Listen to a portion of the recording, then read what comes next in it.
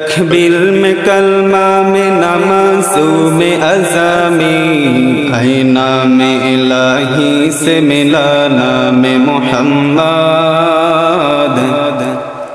आईना में इलाही से मिला नाम मोहम्मद।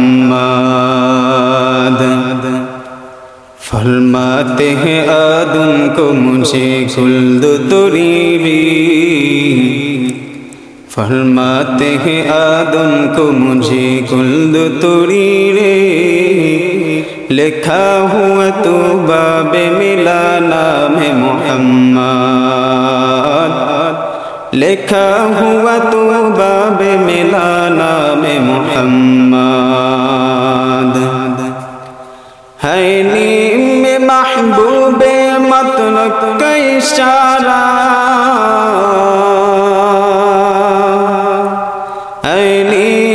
महबूबे मतलब का इशारा फिर क्यों न हो महबूबे खुदा नाम मोहम्मद फिर क्यों न हो महबूबे खुदा नाम मोहम्मद। एक चश्मे ज़दन गाफिल शाह नबाशी एक चश्मे सदन गाफिल शाह नबाशी शायद के निगाही कुनदागा नबाशी शायद के निगाही कुनदागा नबाशी।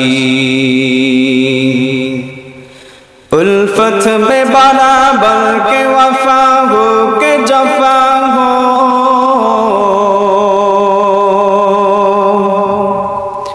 उल्फत में बराबर के वफा हो के जफा हो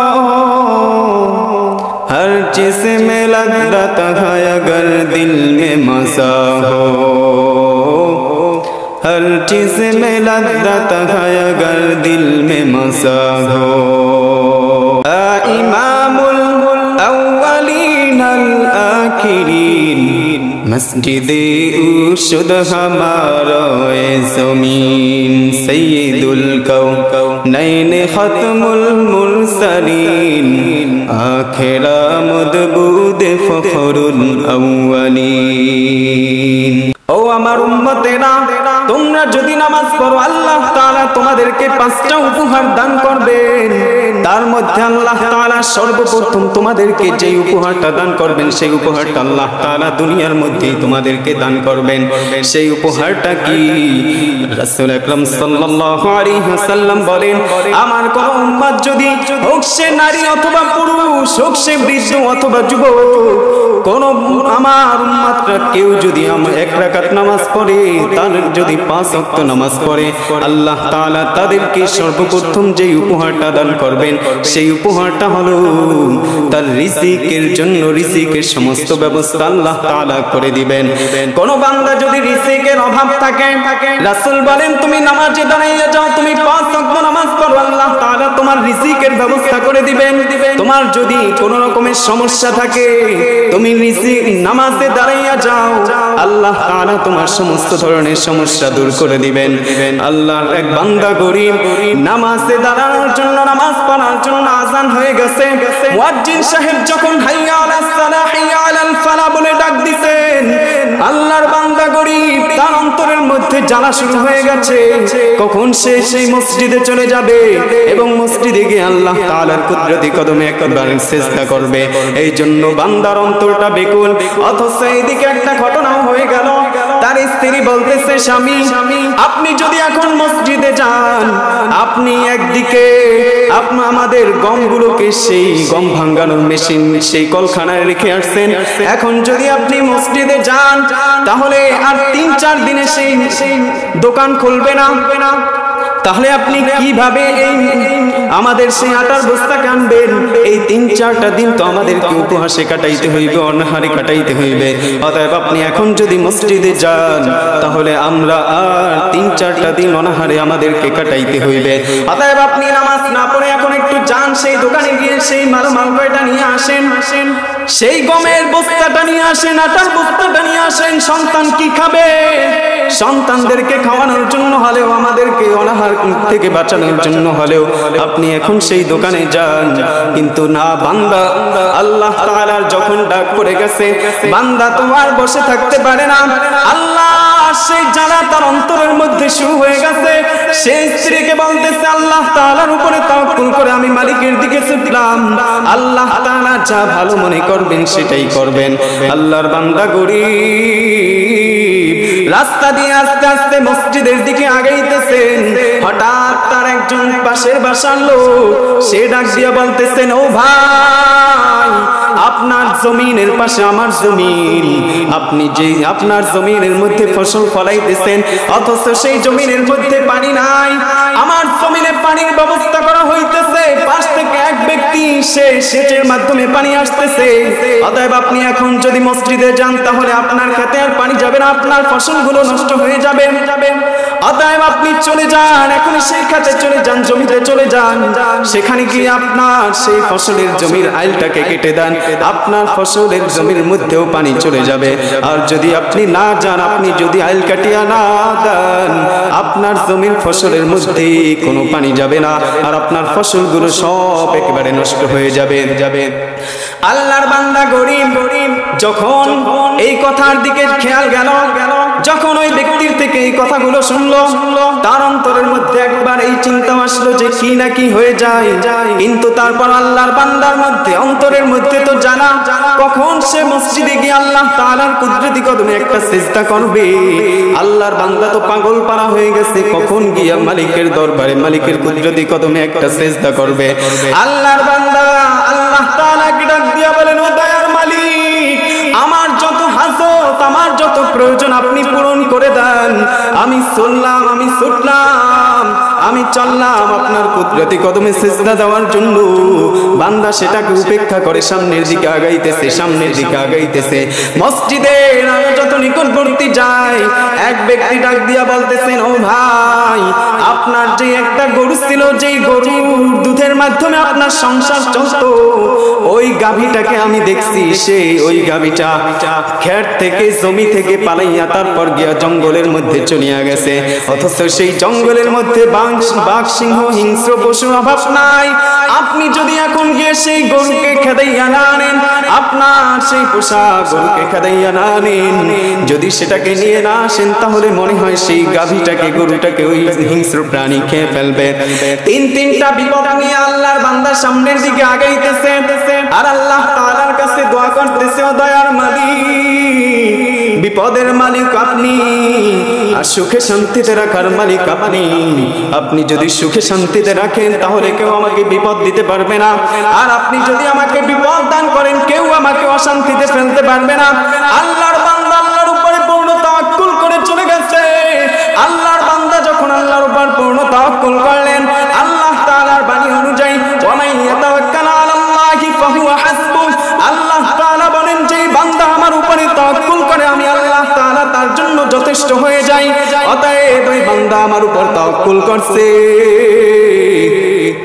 আল্লাহ তাআলা ওই বান্দার জন্য যথেষ্ট হয়ে গেছে। আল্লাহর বান্দা গরীব নামাজ আদায় করে বাড়ির দিকে আগাইতেছে, অন্তরের মধ্যে তো চিন্তা, নামাজের পূর্বে তিনটা বিপদের কথা শুনছে, কিভাবে কি না কি হয়ে যায়। সামনের 2-3টা দিন সেই দোকান তো বন্ধ করে ফেলছে, সামনের 2-3টা দিন অনাহারে অভাবে কাটাইতে হইবে, না খেয়ে কাটাইতে হইবে। ওদিকে আবার ফসলের জমিতেও পানি নাই। আবার একটা গরু ছিল যেটার মাধ্যমে আমাদের সংসার চলত, যেই গরুর দুধের মাধ্যমে আমাদের সংসার চলত, সেই গরুর গাভীটাও এখন সেই জঙ্গলের মধ্যে হিংস্র প্রাণীর সামনে, হয়তোবা সেটাকেও বাঘ সিংহ খেয়ে ফেলেছে। আল্লাহর বান্দা আল্লাহর উপরে তাওয়াক্কুল করে মসজিদ থেকে নামাজ পড়ে ঘরের দিকে আগাইতেছে। যখন ঘরে আসিয়া ঘরের দরজায় সালাম দিছে, স্ত্রীকে যখন সালাম দিছে, আসসালামু আলাইকুম বলিয়া যখন সালাম দিছে, স্ত্রী ওয়া আলাইকুম আসসালাম বলিয়া এমন ভাবে উত্তরটা দিল, মনে হয় যেন কি যেন সুখ শান্তি তার মধ্যে বিরাজ করতেছে। স্ত্রী ডাক দিয়া বলতেছে, স্বামী আমার, আপনি তো আল্লাহ তাআলার উপরে তাওয়াক্কুল করে মসজিদে চলে গেছেন, এদিকে আমার বাসার পাশের একজন লোক, সে ওই মেশিনে তার গম ভাঙানোর জন্য দিয়েছিল। আল্লাহ তাআলার কি মেহেরবানি, আল্লাহ তাআলা ওই ব্যক্তিকে মনে হয় যেন ফেরেশতা হিসেবে পাঠাইছে। সে তার বস্তা সহ আমাদের বস্তাও নিয়ে আসছে, আমাদের গমের বস্তাও নিয়ে আসছে। অতএব আমাদের কোনো চিন্তা নাই, আমাদের কোনো টেনশন নাই। আমরা যেই সমস্যা ছিল সেই সমস্যা আল্লাহ তাআলা দূর করে দিয়েছেন। অপরদিকে আরেক জায়গা থেকে তার জমি থেকে, জমির লোক থেকে খবর আসলো, সে বলতেছে, ও ভাই, আপনার জমির কথা যে বলছিলাম, আপনি যদি আইল কেটে না দেন তাহলে সেই জমিতে পানি যাবে না। অথচ আমার জমি ভরিয়া তারপর সেই পানিগুলো আপনার জমিনে গিয়ে উঠছে। আবার একজন ব্যক্তি আসিয়া বলতেছে, ও ভাই, যেই সংবাদটা আপনাকে গরুর ব্যাপারে বলছিলাম, কিন্তু দেখতেছি আপনার গরুটা সেই জঙ্গল থেকে কে যেন হাঁকাইতে হাঁকাইতে নিয়ে আপনার গরু ঘরের মধ্যে ঢুকাইয়া দিছে। অতএব আল্লাহ তাআলার বাণী, ওয়া মান ইয়াতাওয়াক্কাল আলাল্লাহ ফাহুয়া হাসবুহ, যে আল্লাহ তাআলার উপরে পূর্ণ তাওয়াক্কুল করবে, আল্লাহ তাআলাই তার সমস্ত ধরনের প্রয়োজনের জন্য যথেষ্ট হয়ে যাবে। অতএব আমরাও যদি সঠিকভাবে নামাজ আদায় করতে পারি, আমরা যদি আল্লাহ তাআলার রাজি খুশির জন্য নামাজ আদায় করতে পারি, আল্লাহ তাআলাই যথেষ্ট। আমার যত রিজিকের প্রয়োজন, আমার যত হাজত আছে, সমস্ত হাজতকে আল্লাহ তাআলা পুরো করে দিবেন। অতএব আমাদেরকে 5 ওয়াক্ত নামাজ জামাতের সহিত আদায় করতে হবে। যদি 5 ওয়াক্ত নামাজ জামাতের সহিত আদায় করতে পারি, রাসূল আকরাম সাল্লাল্লাহু আলাইহি ওয়াসাল্লাম একদিন আবু যর গিফারী রাদিয়াল্লাহু আনহুকে সহ রাস্তায় বের হইলেন, একটা জঙ্গলের মধ্যে গেলেন। বাগানের মধ্যে গিয়া তিনি একটি গাছ ধরলেন, গাছ ধরে গাছটাকে নাড়া দিলেন। শীতের মৌসুমে আবু যর গিফারী রাদিয়াল্লাহু আনহু বলেন, খরাজা সামারা শিতা ওয়াল ওয়ারাকু ইয়াতাহাফাতু ফাআখাযা বিগুসরাইনি মিন শাজারাতিন ক্বালা ফাজআলা যালিকাল ওয়ারাকু ইয়াতাহাফাতু। রাসূল আকরাম সাল্লাল্লাহু আলাইহি ওয়াসাল্লামের সাথে আমি শীতের মৌসুমে বের হলাম।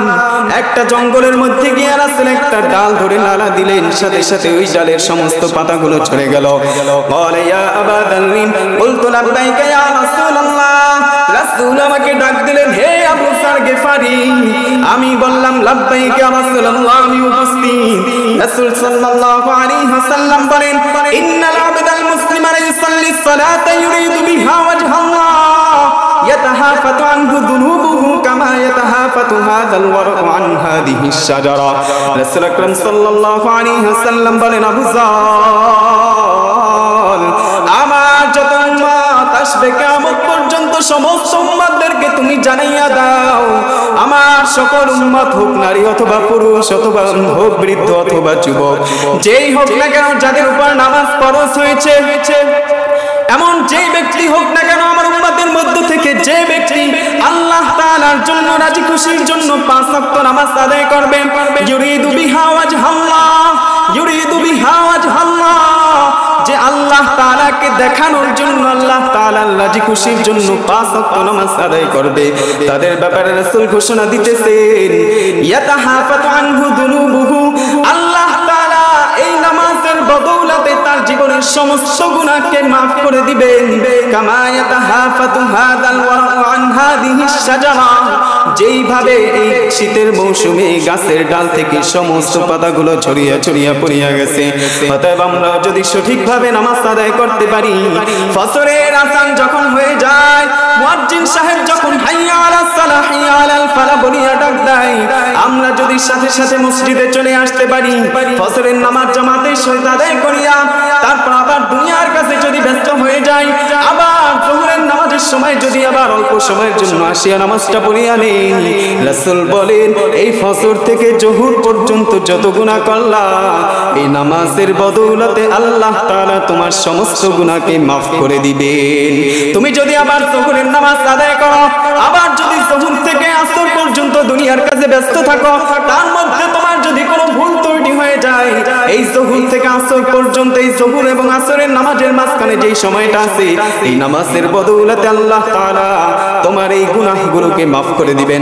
এইভাবে আসর থেকে মাগরিব পর্যন্ত, মাগরিব থেকে ইশা পর্যন্ত, ইশা এবং ফজরের ব্যাপারে রাসূল বলেন, কোন বান্দা বান্দি আমার যদি, আমার কোন বান্দা যদি, আমার কোন উম্মত উম্মত যদি এশার নামাজ জামাতের সহিত আদায় করে, আবার ফজরের নামাজ জামাতের সহিত আদায় করে, আল্লাহ তাআলা বলেন ওই বান্দা যদি সারা রাত্র ঘুমাইয়াও কাটায়, আল্লাহ তাআলা তার আমলনামায় সারা রাত্র নফল ইবাদতের সওয়াব লিখতেই থাকবেন। অতএব আমাদেরকে 5 ওয়াক্ত নামাজ আদায় করতে হবে।